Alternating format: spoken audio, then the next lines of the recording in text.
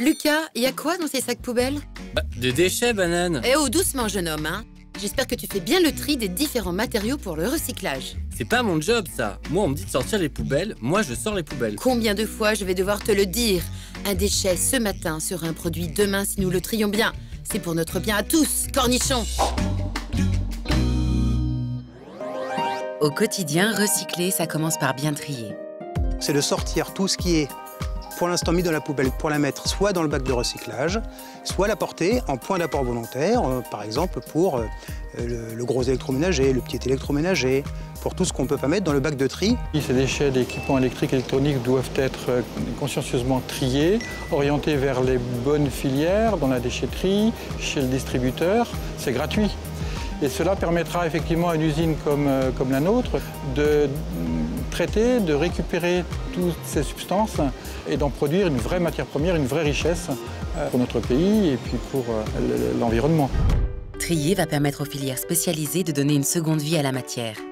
Notre objectif, c'est d'arrêter de remplir des trous de décharge par nos déchets pour recréer de la valeur et diminuer la pression sur les matières premières non renouvelables. On va séparer la matière, les plastiques avec les plastiques, les métaux avec les métaux, et à partir de ces matières premières dites de recyclage, on va reproduire dans la chaîne industrielle des produits qui seront destinés à la consommation courante.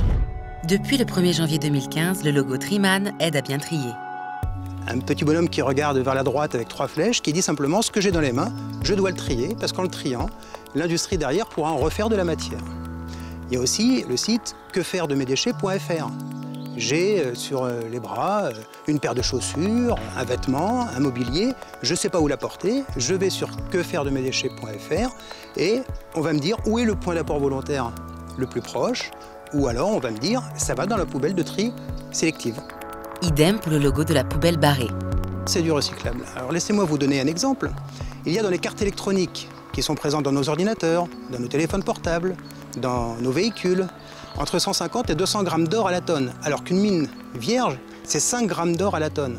Donc on est assis, au travers de nos déchets, sur ce qu'on appelle une mine urbaine, très riche en matières premières de valeur, en métaux stratégiques et en métaux rares.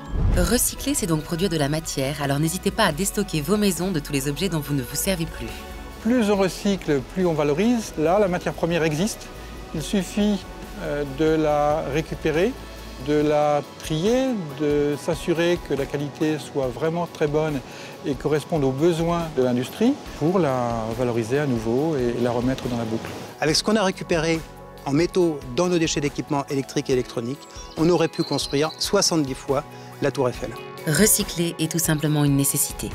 On sera en 2100 11 milliards de personnes sur Terre. Il faut vraiment réussir à économiser la matière. Et pourtant, une fois qu'on a réussi à extraire la matière du sol, on peut lui donner une vie, 2 vies, 3 vies, 100 vies, à condition de la mettre dans un cycle pratiquement continu. Production, utilisation, recyclage. Production, utilisation, recyclage. Pour recycler le plus possible, un maximum de tri doit être fait, ce qui requiert la participation de chacun. Trier permet d'exploiter localement une mine urbaine de matière et réduire notre impact sur l'environnement. Enfin, plus nous recyclons, plus nous valorisons nos déchets. Le verre avec le verre, le carton avec le carton et les piles avec les piles. C'est pourtant pas compliqué.